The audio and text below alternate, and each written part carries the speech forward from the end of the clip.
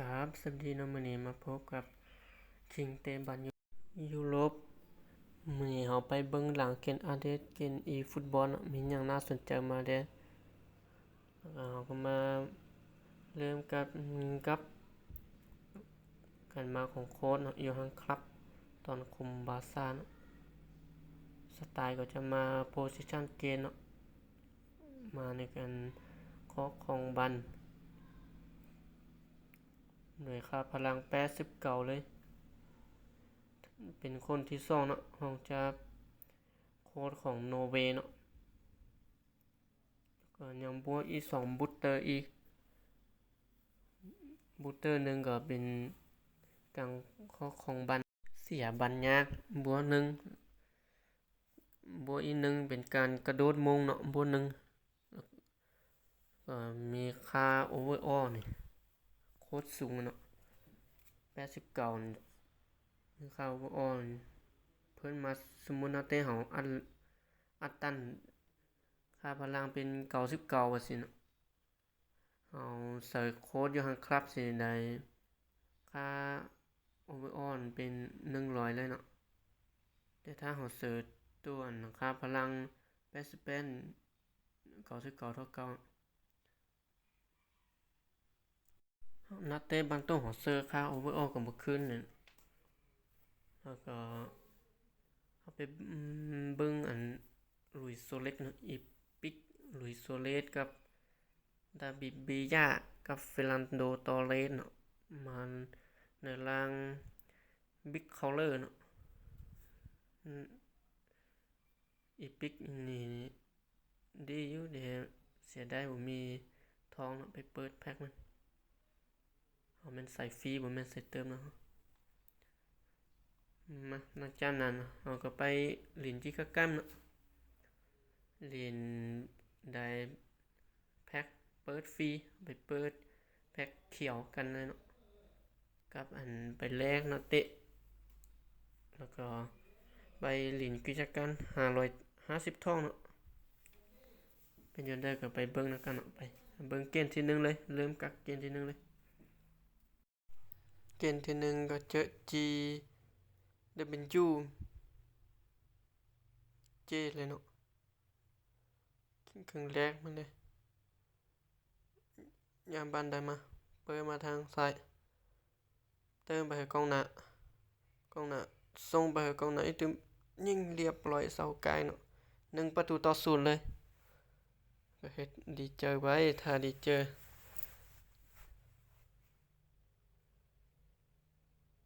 ก็เลยมาจบครึ่งแรกเนาะเฮาขึ้นนำ1-0มาต่อครึ่งหลัง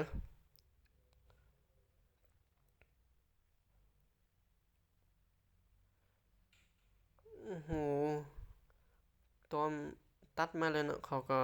ขึ้นนำก่อนแล้วจังหวะนี้มาช่วยกันใส่โลนี่ยิงขึ้นนำเนาะ2-1เลยก็เป็นชัวกันเซโลวิงแบ็กแล้วก็ได้ครับจกแพ้เปิดฟรีไปเลยแพ้มวนเปิดฟรีไป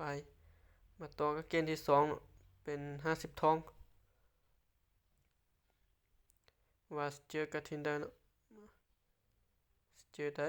โอ้เจอกับบาร์เซโลนาคือกันมาลุ้นไปนำกันว่าเป็นผลสกอร์สิออกมาจังไดเนาะด้านหลักก็ได้บียาเมซี่โรดิโกโกเอสเขาได้เคลียร์ก่อนมาตัดมานี่ตัดบันมาส่งต่อไปให้ดาบียาลบแล้วก็ปั่นขวาลูกนี้เรียบร้อย1-0เลยเนาะก็เป็นงานปานใดคือติเซวินิซิอุสใจไปเหอะเมสซี่ใจไปเหอะเฟนโดโอ้ดาบียายิงติดบล็อกมาได้เปิดมุมแล้วผู้ใดมีวิธีเปิดมุมเด้อก็แนะนำให้เนาะคนสร้างเปิดมุมมาเปิดลูกนี้ก็บ่ได้มงเลยอันนี้ก็ เบรดี้ย่างมาได้ส่งต่อไปให้เลวันดอฟสกี้ว่าจังไดเลวันดอฟสกี้ว่าจังไดย่างเอาได้หรือบ่ซัดลูกนี้ถือคานไปเนาะมาให้เบรดี้ซัดลูกนี้เสาไกลเรียบร้อยลูก1-1เลยมาต่อติดบล็อกเฮ้เบาได้ส่งไปเฮบิยากับบ่ผ่านกุสติส่งมาเฮบิยาส่งมาเฮเมซี่ล็อกจังหวะนึงปั้นขวาลูกนี้เรียบร้อยเนาะ1-2เลยเนาะต่อจังหวะนี้ก็มาเมซี่ส่งวินิซิอุสว่าจังไดยิงลูกนี้ไกลโอ้โหออกนอกกรอบไปเคลียร์ลูกนี้มาก็ได้เปิดต่อครึ่งหลังเนาะนี่ก็เปลี่ยนเป็นเบรดี้แล้วก็เอากองหลังเซบียาออกเนาะเอากุนเดลงมาก็เอาอินเนสตามาเนาะแล้วก็สลับตำแหน่งเบรดี้ลินวิงแบ็กได้มาจับจังหวะนี้ทุ่มบันทางฝั่งซ้ายเตะสะยาวไปกองหลังเขาสกัดมาได้ว่าจังไดเดยองส่งแต่มาให้เมซี่มาให้ดาบิยาส่งมาให้เมซี่ก็แข่งไปบ่ได้ยิงเนาะจบเกมผลชนะเขาเนาะ2-1แล้วก็ได้รับ50ทองไป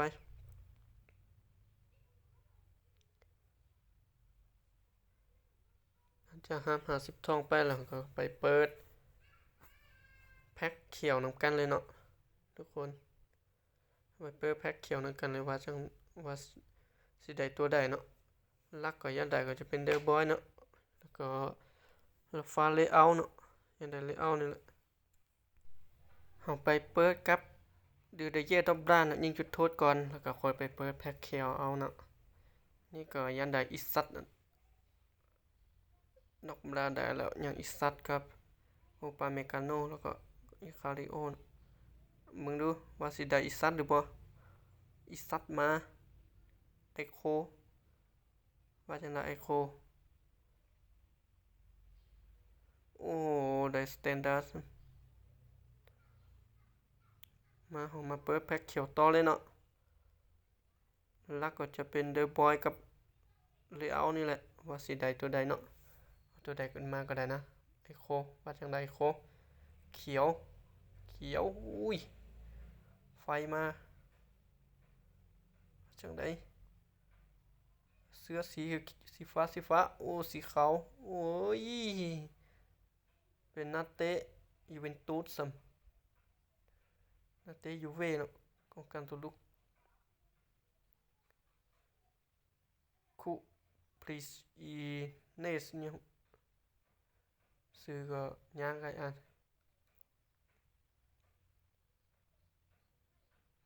ยันได้เดอะบอยนี่นะมาหอมาก็มาเปิด100ทองก่อนอะว่าสิได้หรือบ่เปิดจัด100ทองก่อนมันได้ก็คุ้มค่านะบ่ได้ก็อย่ามันมาว่าจังใดได้เดอะบอยกับเลเอาหรือบ่100ทองได้นี่มาว่าจังใดสิได้นักเตะตัวใดเสื้อสีฟ้ากับสีแดงโอ้ได้สีขาวอีกเติมแล้วเป็นนิวคาสเซิลเนาะปีกใช่แล้วก็มากับมาแลกต่อเลยเนาะกาฟีนี่มาแลกเอามาแลกกับนักเตะเอาอิติฮัดเนี่ยเนาะหรือว่าสโมสรมันยังวะ